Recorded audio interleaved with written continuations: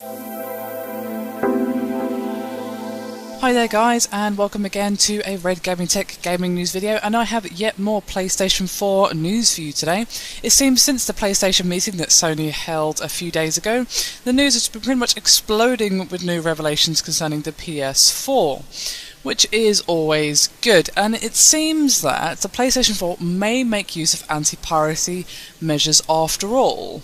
This is just a rumour and partly speculation as well, so this is not confirmed by any means. I just want to make that clear before I actually begin. So basically, a recently discovered Sony patent was recently spotted by NeoGAF, which does suggest that game load times will be measured against an acceptable benchmark to determine whether they're pirated or not. As to the specifics, the application of the obviously the patent explains it as a system and method for detecting piracy of a software product that is distributed on a particular media type is described. Embodiments of the invention track a title load time of a software product that is distributed on a particular media type and compare it against a benchmark load time for that media type. This comparison is used to detect if the title may have been illegally transferred or pirated to another unauthorized media type. Hopefully there's actually a flowchart here to help this make a little more sense to you guys, and it should be on screen right about now. So that will hopefully explain it a little better, because that was a whole lot of jargon. But basically, from what I understand, it basically just measures the time it takes to install, load, acquire how long it takes to load the title, compare the actual load time to the benchmark. If it's within the acceptable time range, collect the user ID, sign them in, and execute the game. And if not, the user will be blocked.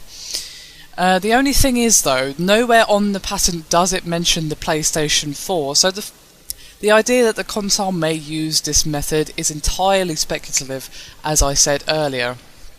But it seems an interesting idea, although I don't actually know how well this is going to work, especially since last time one of these patents surfaced, it suggested that the PS4 wouldn't allow second-hand games to be played, and obviously Sony have confirmed that that isn't the case. You can use pre-owned games just fine. But let's say for a second, hypothetically, that Sony were to use this particular system. To be honest, I don't really think it would work out that well, because the thing is, it's just another hurdle for them to work around. I'm not saying that Sony shouldn't try to find piracy measures that don't punish the paying consumer. I'm all for that, trust me. I didn't want them to block pre-owned games. I thought it was stupid and it punished the wrong people. They need to actually punish the people who are doing it, rather than putting restricted DRM on the games. That's only going to affect the people that are paid for it anyway, because the pirates will of course just rip all of that out anyway. But let's just see. Say you're a pirate, okay? And your job is to make games, illegal games run on a system. What are you going to do? You're probably just going to find some sort of workaround around this. And they could even just make a pirated version that has the same load time as a retail one, or even hack the OS for the PS4 so it doesn't even do the check. So it just completely doesn't do the check, and the PS4 is thinking, oh, it's fine, benchmark passed, even though the benchmark hasn't actually been made.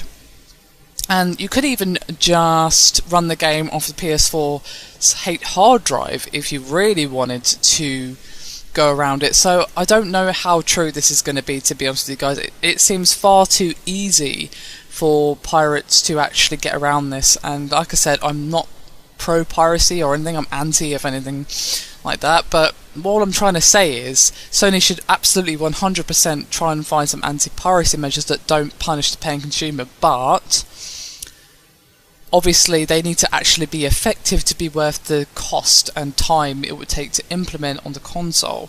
And I don't know if this particular method would be it, if they're even using it. Obviously, as I've said multiple times now, it's entirely speculation and rumour at this point. Nothing is confirmed. It seems less than likely that this will be true, especially considering that that PS4 patent for the pre-owned games nonsense turned out to be completely false. And this probably will turn out to be as well, but I thought it was an interesting topic to discuss. I mean, I don't really know how I personally would try and tackle the issue of piracy. It's not as big of a deal on consoles as it is on PC, but it is still a problem. Anyone who says otherwise is just fooling themselves, to be quite honest with you. And something definitely needs to be done that doesn't punish the paying consumer, but what could that be? I honestly don't know. It's a really, really tough one. I like the theory behind this. I just feel like they would need to beef it up considerably to make it so they can't just easily work around with the methods I've already said. So yes, that's pretty much me done for this video. Hope you found it interesting and somewhat helpful. As always, I do want to hear your thoughts on this. I mean, what would you think of this anti-piracy method if Sony were to implement it?